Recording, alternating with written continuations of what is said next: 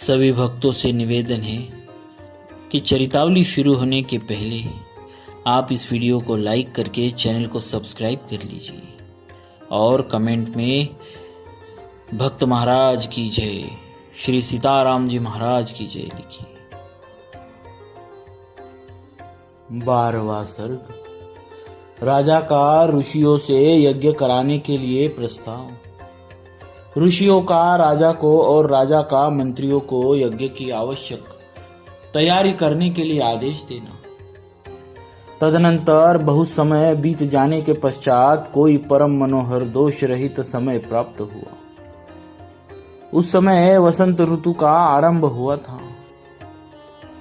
राजा दशरथ जी ने उसी शुभ समय में यज्ञ आरंभ करने का विचार किया।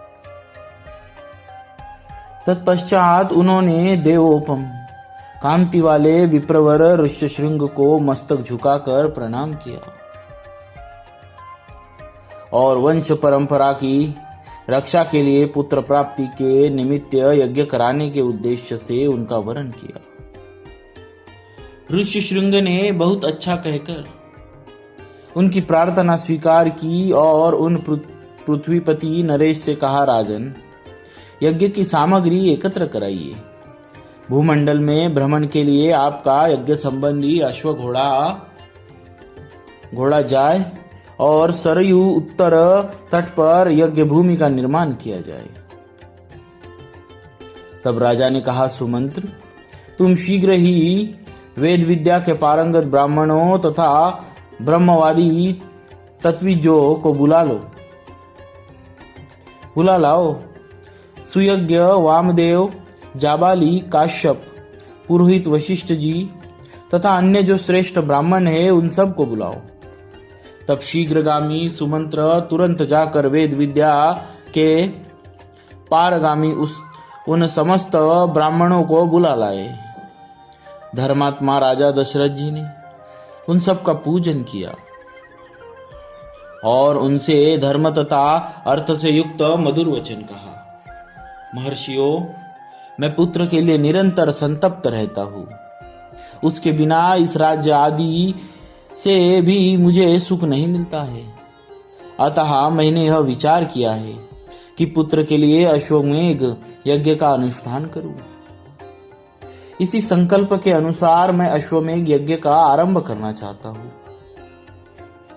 मुझे विश्वास है कि ऋषिपुत्र ऋष्यशृंग के प्रभाव से मैं अपनी संपूर्ण कामनाओं को प्राप्त कर लूंगा। राजा दशरथ के मुख से निकले हुए इस वचन की वशिष्ठ जी आदि सब ब्राह्मणों ने साधु साधु कहकर बड़ी सराहना की।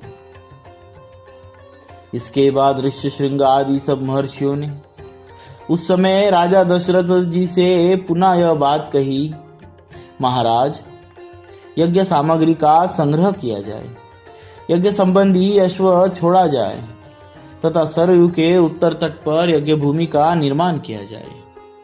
तुम यज्ञ द्वारा सर्वथा 4 अमित पराक्रमी पुत्र प्राप्त करोगे, क्योंकि पुत्र के लिए तुम्हारे मन में ऐसे धार्मिक विचार का उदय हुआ है। ब्राह्मणों की यह बात सुनकर राजा को बड़ी प्रसन्नता हुई। उन्होंने बड़े हर्ष के साथ अपने मंत्रियों से यह शुभ अक्षरों वाली बात कही। गुरुजनों की आज्ञा के अनुसार तुम लोग शीघ्र ही मेरे लिए यज्ञ की सामग्री जुटा दो। शक्तिशाली वीरों के संरक्षण में यज्ञीय अश्व घोड़ा जाए और उसके साथ प्रधान ऋत्विज भी रहे। सरयू के उत्तर तट पर यज्ञ भूमि का निर्माण हो। शास्त्रोक्त विधि के अनुसार क्रमशः शांति कर्म, पुण्याह वाचन आदि का विस्तार पूर्वक अनुष्ठान किया जाए, जिससे विघ्नों का निवारण हो।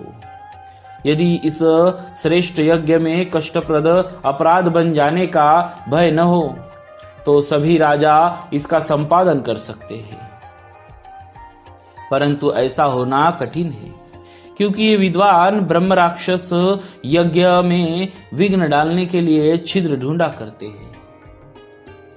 विधिहीन यज्ञ का अनुष्ठान करने वाला यजमान तत्काल नष्ट हो जाता है।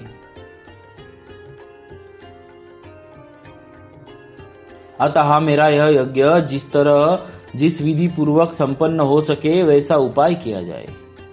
तुम सब लोग ऐसे साधन प्रस्तुत करने में समर्थ हो।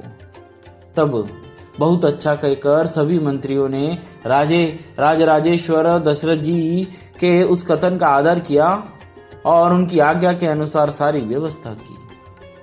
तत्पश्चात उन ब्राह्मणों ने भी धर्मज्ञ उपश्रेष्ठ दशरथ जी की प्रशंसा की और उनकी आज्ञा पाकर सब जैसे आए थे वैसे ही फिर चले गए।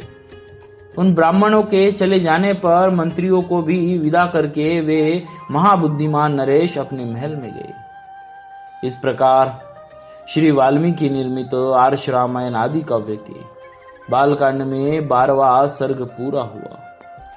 बोलिए श्री सीताराम जी महाराज की जय। भक्तवत्सल भगवान की